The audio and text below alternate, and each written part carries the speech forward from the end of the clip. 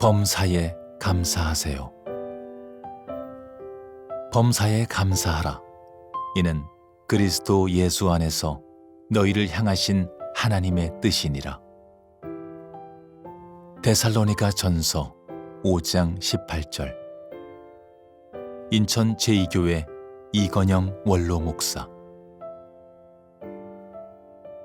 자밀 69 롬8 28. 범사에 감사한다는 것은 무엇 때문에 감사하는 것을 넘어서 그럼에도 불구하고 또는 그것까지 감사하는 것입니다. 즉, 조건적 감사가 아니라 무조건적인 감사를 말씀하고 있습니다.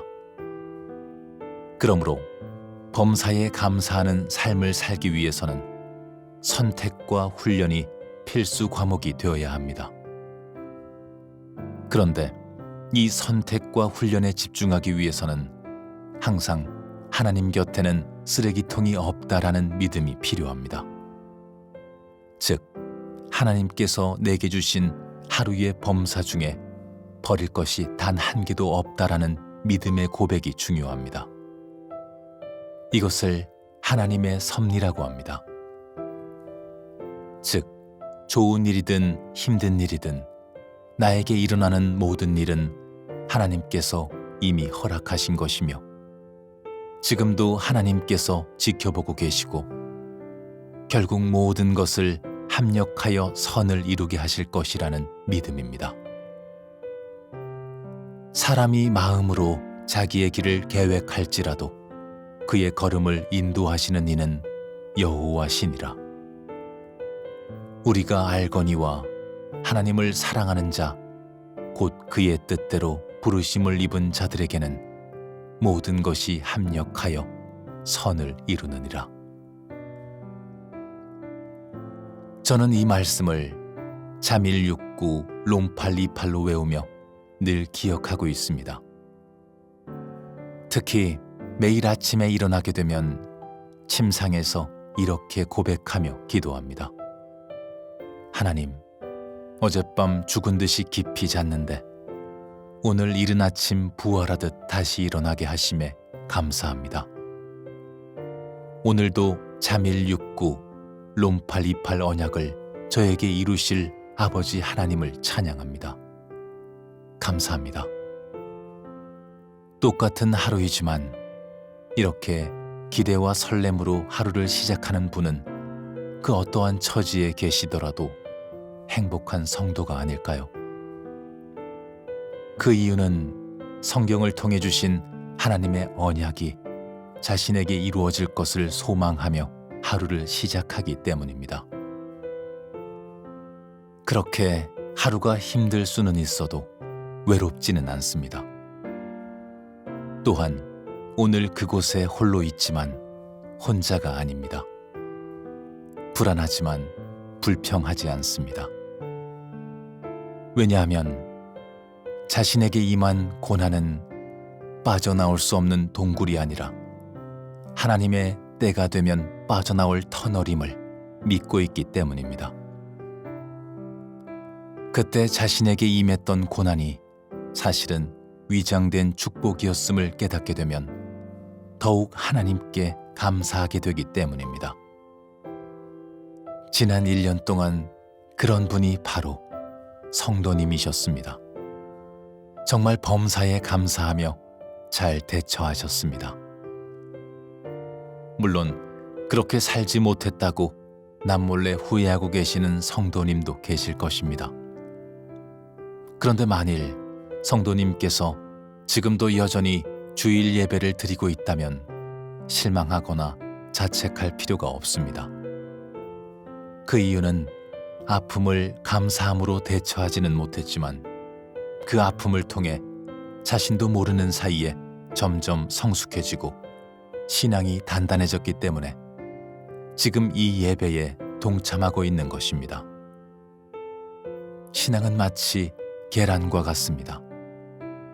계란이 날 것으로 있을 때에는 낮은 높이에서 떨어져도 잘 깨집니다. 그리고 깨진 그것을 수습하는 것이 참 어렵습니다. 그러나 계란을 약 10분 정도 끓는 물에 삶아주면 단단해집니다. 그런 계란은 웬만한 충격에도 쉽게 깨지지 않습니다. 그리고 속까지 단단해져 웬만한 외부 충격에 끄떡하지 않습니다. 그래서 자신의 고난당함을 통해 그런 성장과 성숙을 경험한 시편 기자는 이렇게 고백했습니다. 고난당한 것이 내게 유익이라. 이로 말미암아 내가 주의 율례들을 배우게 되었나이다. 내가 환난 중에 다닐지라도 주께서 나를 살아나게 하시고 주의 손을 펴사 내 원수들의 분노를 막으시며 주의 오른손이 나를 구원하시리이다. 원인 없는 결과는 없습니다. 성도님도 시편 기자들처럼 그 고난을 통해 점점 성숙한 믿음을 갖게 되셨기에 그럼에도 불구하고 지금도 하나님께 미리 감사드리며 예배드리고 있는 것입니다. 그리고 그런 상황까지도 감사하며 예배드리는 성도님을 위해 아버지 하나님께서 이미 회복과 간증의 자리를 예비하고 계실 것입니다.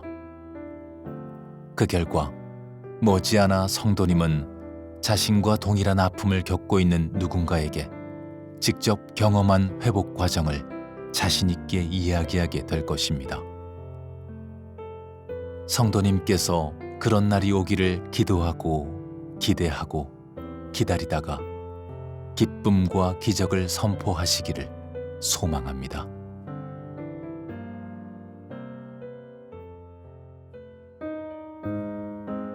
감사는 강도가 아니라 빈도가 더 중요합니다.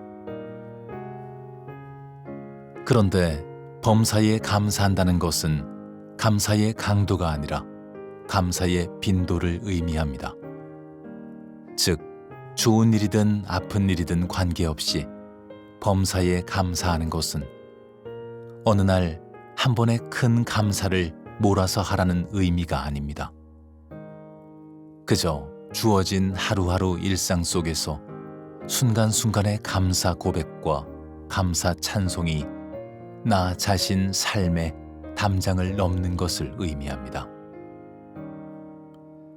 감사가 성도님의 삶 속에 일상으로 자리 잡으면서 끊임없이 틈을 노리던 사탄과 이단의 공격을 실제로 막아내는 거룩한 방패가 되었고, 그로 인해 이제 감격 속에서 추수감사 예배를 드릴 수 있게 된 것입니다. 현대 한국 사회는 유신론자를 보면서도 오히려 무신론자가 더 많아지는 이상한 현상이 만연하고 있습니다. 그러나 그런 세상 속에서도 범사에 감사하는 성도의 얼굴은 결국 살아있는 전도자가 될 것입니다. 성도님의 언어는 그리스도의 편지요, 삶은 그리스도의 향기가 될 것입니다. 동시에 성도님의 일상이 움직이는 교회가 되어 어느 날 그들에게 하나님과 교회에 대한 선한 호기심과 열린 마음을 품게 할 것입니다.